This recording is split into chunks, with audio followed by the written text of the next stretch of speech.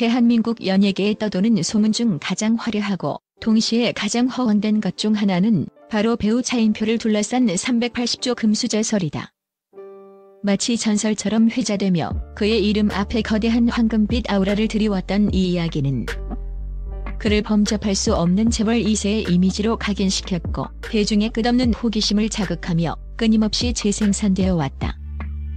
그가 출연하는 작품이나 예능 프로그램에서 그의 배경에 대한 언급이 나올 때마다 이 천문학적인 숫자는 거대한 그림자처럼 드리워져 그의 삶을 황금빛 베일로 휘감았다. 그러나 과연 그 화려한 베일 뒤에 숨겨진 진실은 무엇일까?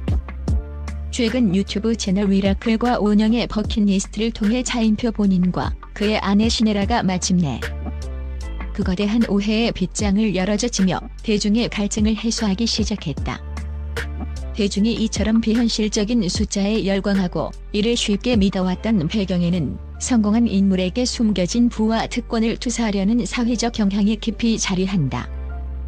차인표 가족의 학력 배경과 그의 아버지가 몸담았던 해운업이라는 다소 엘리트적인 산업은 대중의 상상력을 자극하기에 충분했다. 이러한 요소들이 복합적으로 작용하여 사실과 무관한 금수저 서사가 더욱 견고하게 자리 잡을 수 있었던 것이다. 이는 단순한 루머 해명을 넘어 한 인간의 삶이 어떻게 오해되고 또 그 오해 속에서 진짜 이야기가 얼마나 더 깊은 울림을 줄 수 있는지를 보여주는 우리 시대의 흥미로운 단면이 될 것이다. 배우 차인표는 최근 유튜브 채널 미라클에 출연해 자신을 둘러싼 금수저 집안설에 대해 극에 조마전되고 과장된 부분이 많다고 직접 해명하며 대중의 궁금증을 해소했다.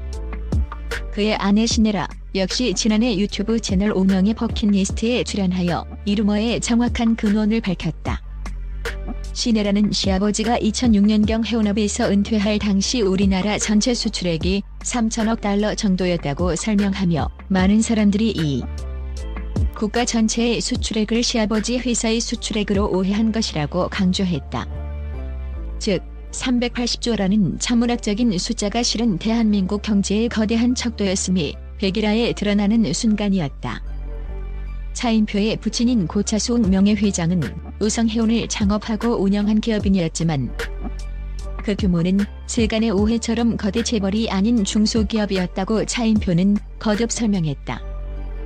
그는 심지어 아버지 회사는 해운회사가 아니라 해운회사의 서비스를 납품하는 회사라고 덧붙이며 대중이 상상하는 거대 해운사와는 거리가 있음을 분명히 했다. 그는 370조 수출기업이라는 뉴스에 대해 그런 게 가짜 뉴스다. 그거에 한 1만 분의 1 정도 있다고 웃으며 일축 루머의 허구성을 다시 한번 강조했다.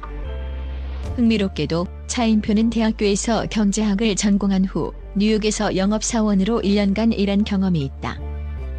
중요한 것은 그가 다녔던 해운회사가 아버지의 회사가 아닌 다른 회사, 즉 한진해운 미국 지사였다는 점이다. 이는 그가 자력으로 사회생활에 첫 발을 내디뎠음을 보여주는 대목이다. 더욱이 차인표의 부친인 차수웅 전 회장은 2023년 별세했지만 그가 경영 일선에서 물러나면서 자식들에게 경영권을 승계하지 않고 전문 경영인에게 넘겨 화제가 되었다. 이러한 결정은 한국 사회에서 흔히 볼 수 있는 가족 경영 승계의 관행과는 대조되는 지점으로 재산에 많고 적음을 떠나 기업 윤리와 능력주의를 중시하는 차수웅 회장의 철학을 엿볼 수 있게 한다. 이는 단순히 재산 규모를 넘어 차인표 가족의 가치관, 즉 재벌이라는 이미지와는 다른 기업 윤리와 능력주의를 중시하는 면모를 극명하게 보여준다.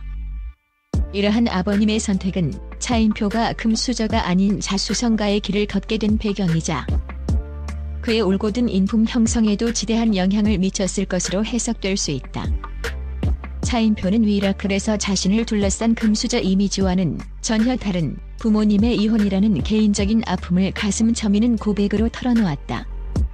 그는 아버지가 어머니와 헤어지시고 집을 떠났다. 그때부터 세 아들은 어머니랑 살았다고 이야기하며 어린 시절의 급작스러운 변화를 언급했다. 아버지가 용돈과 교육비를 챙겨주긴 했지만 그들은 경제적으로 또 사회적으로 위축될 수밖에 없었다고 당시의 어려움을 회상했다. 이는 단순한 가정사 고백을 넘어 그의 삶이 결코 순탄한 금수저의 길이 아니었음을 보여주는 결정적인 배경이다. 이러한 상황 속에서 어머니가 미국에서 새 출발을 해보자고 제안했고 20살이 되던 해 그는 어머니와 함께 미지의 땅 미국으로 향했다.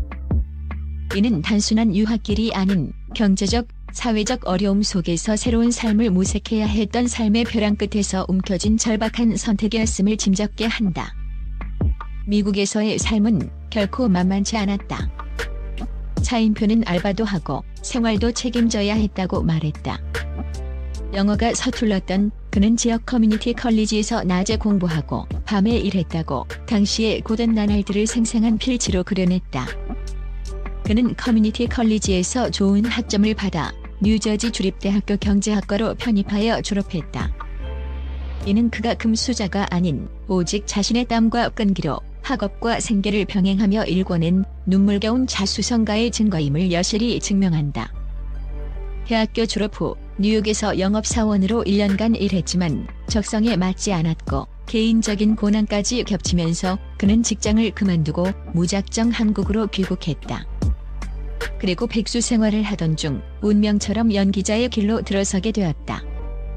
차인표의 삶은 부모님의 이혼 후 미국에서의 고된 자립과정, 그리고 예측 불가능했던 배우로의 전환이라는 일련의 사건들을 통해 금수저라는 비상적인 이미지와는 완전히 다른 자수성가의 서사를 구축한다. 그의 성공은 외부적 요인이나 상속된 부가 아닌 내면의 강인함과 역경을 극복하는 과정에서 빚어진 단단함의 결과임을 보여준다. 이러한 배경은 그의 공익 활동이 단순한 부자의 자선이 아닌 고난을 이해하고 공감하는 깊은 인간적 가치에서 비롯되었음을 암시한다. 1993년 MBC 공채 탤런트 22기로 데뷔한 차인표는 이듬해 1994년 드라마 사랑을 그대 품 안에로 혜성처럼 등장하여 단숨에 스타덤을 거머쥐었다. 극중 상대 배우였던 시네라와의 결혼은 더욱 큰 화제를 모으며 원조 태토남 이미지를 각인시켰다. 이후 그는 30년 가까이 불꽃, 월계수 양복점 신사들 등의 드라마와 영화 목포는 항구다, 크로싱 등 꾸준한 작품 활동으로 대중의 깊은 인지도와 신뢰를 견고히 다져왔다. 그의 연기 경력은 단순히 인기에 편승한 것이 아닌 긴 시간 동안 쌓아온 노력과 성실함의 결과임을 여실히 보여준다. 차인표는 단순한 배우를 넘어 소설가로서의 아이덴티티를 확고히 했다. 2009년 첫 책 잘가요 언덕을 시작으로 장편소설 오늘예보 등을 집필하며 평단의 찬사를 이끌어냈다. 그는 문학이라는 완전한 허구의 세계에서 현실보다 더 진짜 같은 세상을 만들고 서사를 따라가며 생의 진실을 발견할 때 창작자로서 큰 희열을 느낀다고 밝히며 한국형 고담 시리즈, 시나리오, 에세이 등 전방위적으로 집필 영역을 확장하고 있다. 이는 삶과 세상에 대한 그의 깊은 탐구와 성찰을 보여주는 명징한 증거이자 끊임없이 자신을 담금질하며 발전하는 진정한 지성인의 면모를 유감없이 드러낸다. 무엇보다 차인표는 다양한 기부 활동을 비롯해 NGO 단체 컴패션의 자원봉사자로 세계의 어려운 아이들을 돕는 사회구호 활동에 열정적으로 임하며 나눔 문화 확산에 앞장서왔다. 그는 평소 올곧은 성품과 나눔의 실천으로 모범적인 시민을 대표하는 배우로 자리매김했다. 이러한 꾸준하고 진정성 있는 봉사활동은 그가 겪었던 경제적 어려움과 자수성가의 경험에서 비롯된 공감 능력과 사회적 책임감의 발현으로 해석될 수 있다. 어린 시절의 경제적, 사회적 위축과 미국에서의 고된 자립 과정은 그에게 타인의 고통을 이해하고 돕고자 하는 깊은 동기를 부여했을 것이다. 이는 그가 단순한 부자가 아닌 삶의 고난을 통해 얻은 깊은 통찰과 인간적인 가치를 실현하는 인물임을 증명하며 금수저라는 비상적인 이미지와는 차원이 다른 진정한 부자의 의미를 제시한다. 한때 배우 차인표를 옥죄던 380조 금수저설이라는 허황된 소문의 족쇄가 풀린 지금, 우리는 그가 얼마나 진정성 넘치고 강인하며 다채로운 삶의 궤적을 그려온 인물인지를 비로소 마주하게 된다. 부모님의 이혼, 낯선 타국에서의 고된 자립, 그리고 예측 불가능했던 배우로의 전환까지. 그의 삶은 결코 순탄치 않았지만 그 모든 고난을 통해 그는 더욱 단단하고 깊이 있는 인간으로 성장했다. 차인표의 진짜 이야기는 380조라는 허황된 숫자보다 비교할 수 없는 강력한 울림과 깊은 감동을 선사한다. 상속받은 부가 아닌 스스로의 노력과 고난을 통해 일궈낸 삶의 궤적은 대중에게 깊은 공감과 영감을 선사한다.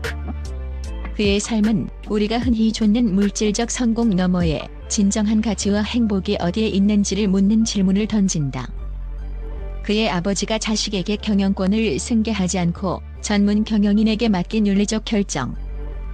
그리고 차인표 본인이 몸소 실천하는 꾸준한 나눔과 봉사활동은 물질적 부유함이 아닌 인격적 풍요로움이 진정한 가치임을 웅변한다. 이는 단순한 연예인 가십을 넘어 우리 시대가 추구해야 할 진정한 성공의 의미를 되새기게 하는 메시지를 담고 있다. 차인표의 이야기는 그가 얼마나 풍요로운 삶을 살고 있는지를 보여주며 그 풍요로움은 은행 잔고가 아닌 그의 삶의 여정과 그가 세상에 기여하는 방식에서 비롯된다.